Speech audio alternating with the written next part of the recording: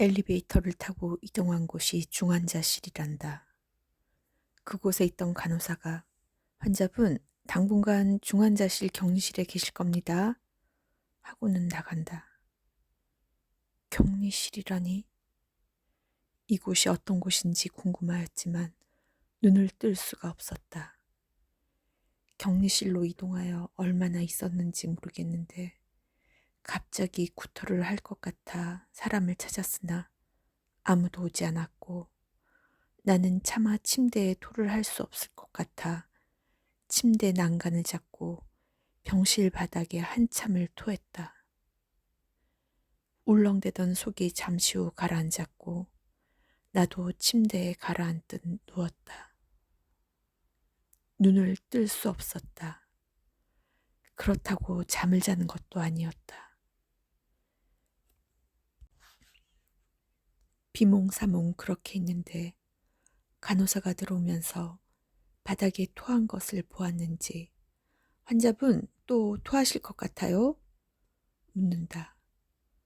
나는 대답 대신 고개를 끄덕이고 간호사는 비닐봉투를 주면서 토할 것 같으면 여기에 토하라고 하면서 다시 나간다. 간호사가 나가고 잠시 후 나는 또 속이 울렁거려 비닐봉투에 액체만을 토했던 것 같다. 온 몸에 땀이 흥건하게 나도록 토하고 또 토했다. 그 후로도 새로운 비닐봉투에 몇 차례 토하고 나니 더 이상 나올 것이 없었는지 울렁거리던 속이 가라앉고 나도 침대에 가라앉았다. 그곳에서 얼마나 토하고 얼마나 있었는지 모르겠는데 누군가 오더니 환자분, 이제 일반 중환자실로 이동할 겁니다. 그러면서 침대를 어딘가로 끌고 갔다. 격리실이라는 곳에서 잠을 잤는지 안 잤는지 모르겠고 지금이 낮인지 밤인지도 모르겠다. 나 혼자 덩그러니 놓인 그곳 격리실에서 내내 토하기만 했다는 기억만 났다. 일반 중환자실로 오니 이곳은 격리 중환자실과 다르게 일단 환하다는 느낌, 소란스럽다는 느낌, 살아있다는 느낌이 든다. 옆 침대 할아버지 소리가 혼미한 나를 깨운다. 할아버지는 간호사를 부르는 듯하다. 내가 격리실에 있을 때부터 할아버지는 소리를 지른 것 같았다. 할아버지는 사람이 부르는데 대답도 없다며 또 소리를 지른다. 할아버지가 소리를 지르거나 말거나 멀리서 간호사 2명이 내용은 모르겠지만 10분 넘게 얘기를 주고받는다. 가끔씩 웃음소리도 들리는 것으로 보아 사소한 이야기를 주고받는 것 같았다. 고래고래 소리 지르는 할아버지 목소리를 뚫고 젊은 2 간호사의 못 알아들을 이야기와 웃음소리가 들린다. 젊음이 좋다. 이렇게 어지러운 상황 속에서 웃으며 얘기를 할 수 있다니. 분당 서울대병원 중환자실에서 근무하는 친구 딸이 생각났다. 영서도 힘들게 일을 하고 있구나. 이 시끄러운 곳에서 얼마나 스트레스를 받을까. 고래고래 소리를 지르던 할아버지는 시끄러워서 못 살겠네! 라고 힘을 모아 냅다 소리를 지른다. 내 몸이 이 지경인데도 웃음이 난다. 삶은 가까이서 보면 비극, 멀리서 보면 희극이라더니 할아버지는 말도 안 되는 소리를 계속 해댄다. 내가 살아있음을 깨닫게 할아버지는 계속 소리를 질렀다. 그렇게 한참이 지나서 간호사가 교체되었는지 남자 간호사가 할아버지한테 가서 왜 그러시냐고 물으니 할아버지는 일어나고 싶다고 말하는 것 같았다. 남자 간호사는 일어나면 안 되는 이유를 간단하게 설명하였다.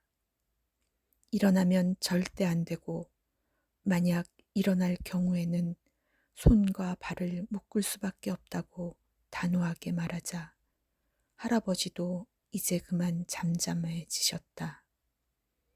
하지만 그것도 10여 분. 이제는 침대에서 내려간다 하면서 소리를 지르며 퇴원을 하시겠단다. 달래도 보고 얼러도 보던 그 남자 간호사도 이제는 안 되겠는지 어딘가로 전화하는 소리가 들렸다. 같은 환자인 나도 할아버지 소리가 참기 힘든데 매일 이런 환경에서 근무하는 간호사는 얼마나 힘들까 싶었다. 이제 말도 안 되는 할아버지 소리에서 해방되는 건가? 내 몸의 불편함을 잊고 잠시 행복해하던 나는 화장실에 가고 싶다고 칭얼댔다. 그러다가 잠시 잠이 들었나? 눈을 떠보니 주연이가 옆에 있었다. 난 주연이에게 화장실에 가고 싶다고 했다. 주연이는 소변줄을 꽂았으니 그냥 누우면 된단다. 그런데 소변줄과 관계없이 난 그냥 화장실을 가고 싶었다. 몇 번을 화장실에 가고 싶다고 얘기했지만 되돌아오는 답변은 지금은 혈압이 너무 낮아서 침대에서 일어나면 쓰러져서 안 되니까 그냥 침대에서 누워야 한다는 것이었다. 소변만으론 안 되겠다 싶어서 이번엔 대변을 보고 싶다고 했다. 난 정말 대변을 보고 싶었는데 그것도 혈압 때문에 안 되고 기저귀를 채웠으니 그냥 누란다. 나의 배변 문제만으로도 벅찼는지 이젠 옆 침대 할아버지의 소리는 귀에 들어오지도 않았다. 그렇게 한참을 지나 할아버지의 퇴원 여부를 판단하러 의사가 온 것 같았다. 담당 간호사는 의사 선생님께 간략하게 지난 이야기를 하였고 의사 선생님은 보호자의 동반하에 퇴원을 허락하신 것 같았다. 화장실을 가고 싶다는 내 말과 혈압이 너무 낮아서 그럴 수 없다는 주연이와 간호사의 말이 얼마나 계속되었는지 모르겠다. 양쪽 팔에는 주사 바늘이 꽂혀 있었고 주사줄이 주렁주렁 매달려 있었다.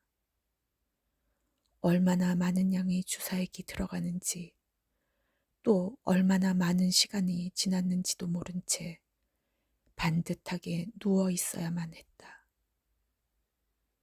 온 몸에 마비가 오는 것 같았다. 가끔 간호사가 와서 욕창 방지 테이프를 확인하고 교체하는 걸 알게 되면서 내 상태가 어떤지 짐작할 수 있었으나 꼭 이렇게까지 나를 짓눌러 놔야 하나 의문이 들기도 했다. 간혹 멀리 있는 환자들이 알아듣지 못하는 소리가 들리다 말다 그러면서 나는 잠이 들었다 깼다를 반복하였다. 옆 침대 할아버지는 퇴원을 하신 듯 더 이상 고함 소리는 들리지 않았다. 잠이 들었는지 깨어 있었는지 모르겠는데 남자 간호사가 다가와 환자분, 이제 혈압이 잡혀서 일반 병실로 옮기실 겁니다. 보호자나 간병인이 있는 일반 병동과 간호간병 통합병동이 있는데 어디로 가시겠습니까? 물었고 난 당연히 간호간병 통합병동을 선택하였다. 간호사는 혈압만으로도 내가 대화를 나눌 수 있다고 판단하였나 보다. 그런데 정말 이때는 어느 정도 의식이 돌아온 듯 싶었다. 남자 간호사는 나머지는 보호자와 통화하여 결정하겠다며 갔다. 드디어 나도 여기 중환자실을 벗어나는구나.